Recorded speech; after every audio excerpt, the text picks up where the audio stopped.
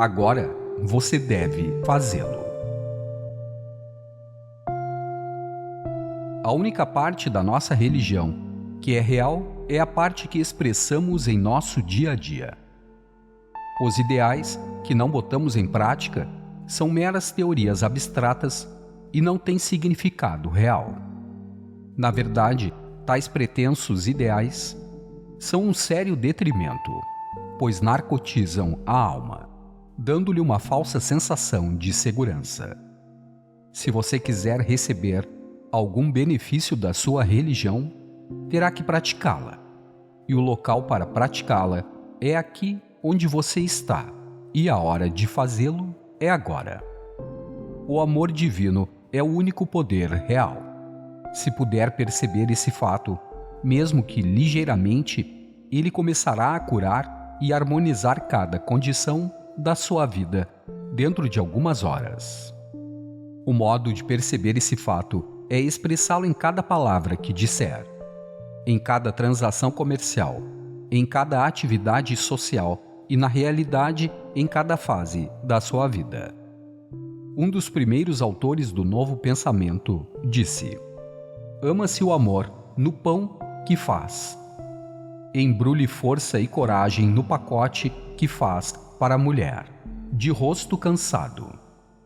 Entregue confiança e franqueza junto com a moeda que dá ao homem do olhar desconfiado.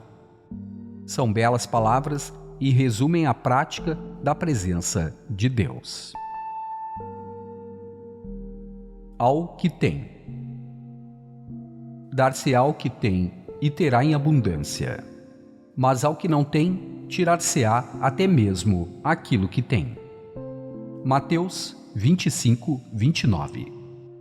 Este grande texto perturbou muita gente. Parece injustiça. Parece crueldade.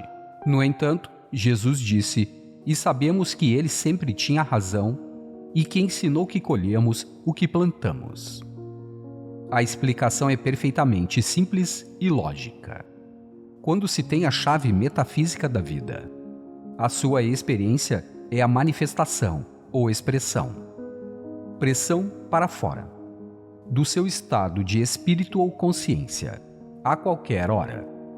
Quando a sua consciência é elevada ou relativamente boa, tudo vai bem.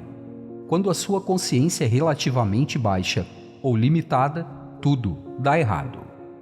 As dificuldades surgem porque a consciência decaiu um pouco. O comum, então, é enfrentar o problema com medo, raiva, desapontamento, autopiedade ou força de vontade brutal. Isso naturalmente baixa a consciência ainda mais e as coisas pioram. E assim por diante. Ao que não tem, muita harmonia, tirar-se-á até mesmo aquilo que tem. A harmonia e a alegria vêm para a sua vida porque seu estado mental é comparativamente elevado. Essa felicidade natural alteia a sua consciência e sua fé em Deus ainda mais, e assim as coisas prosseguem melhorando. Dar-se-á ao que tem e terá em abundância. Tudo isso é uma simples afirmação da lei natural, e a compreensão e a aplicação dessa lei o tirará de qualquer dificuldade, dando-lhe harmonia e êxito verdadeiros. O que a princípio parecia ser justo e cruel, acaba sendo uma conclamação de coragem e esperança. O provérbio, uma desgraça nunca vem sozinha, é outra forma de enunciar a mesma lei. Agradeçamos a Deus pela existência dessa lei maravilhosa. Rossini foi dormir. Conta-se uma história encantadora sobre Rossini, o famoso compositor. Consta que na sua noite de estreia, a ópera O Barbeiro de Sevilha foi muito mal recebida.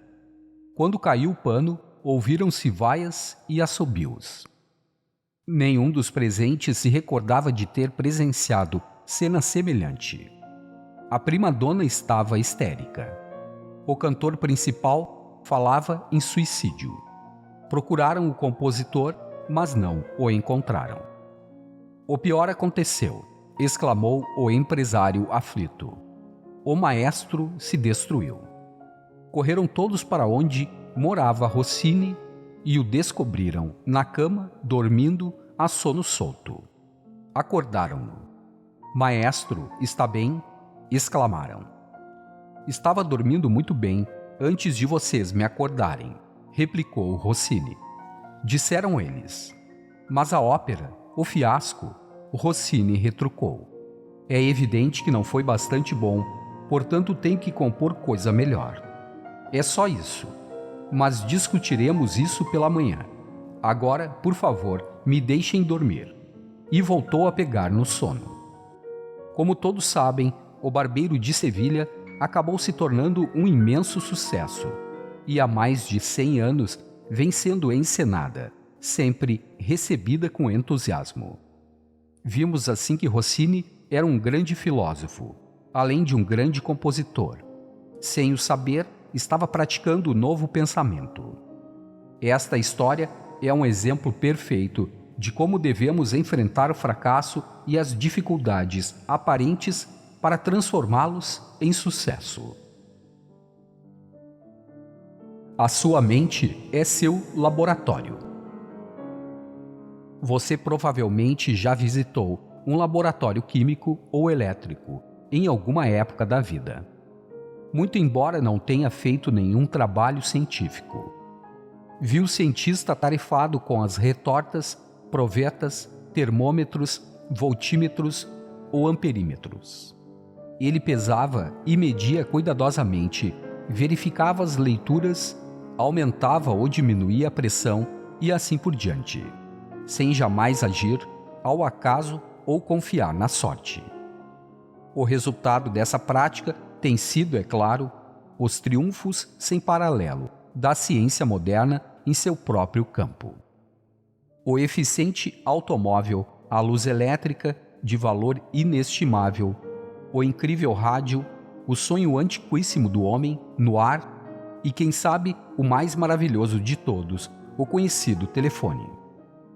O método científico justificou a si mesmo.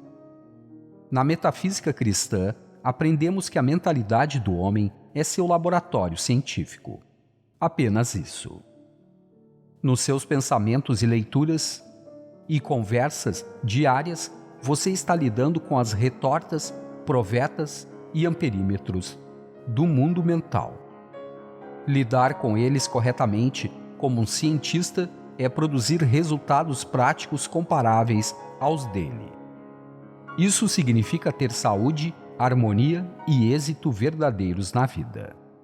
Ser negativo, inconsistente e relaxado na sua vida mental é assegurar problemas e fracasso. As coisas negativas na sua mente, os temores, dúvidas, ressentimentos, devem morrer à míngua na sua vida, pela sua recusa em alimentá-las com a atenção da qual sobrevivem. As coisas positivas de Cristo devem ser nutridas com pensamentos de amor divino, harmonia, paz e a prática da presença de Deus. Esse trabalho deve ser feito sistemática e consistentemente no espírito do químico científico, pois os resultados sempre refletem os métodos por detrás deles. Dar-se-á o que tem. Portanto, cuide para que tenha uma consciência de harmonia e paz. Ao que não tem, tirar-se-á, até mesmo aquilo que tem. Portanto, cuide para que tenha pouquíssimos pensamentos negativos na vida e então, até mesmo aquilo que tem, lhe será tirado e as suas limitações correspondentes irão junto.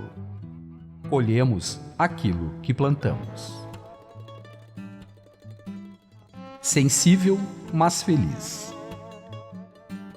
Ser sensível é bom, porque as pessoas sensíveis têm consciência de mil coisas interessantes ou lindas, enquanto as insensíveis nada obtêm.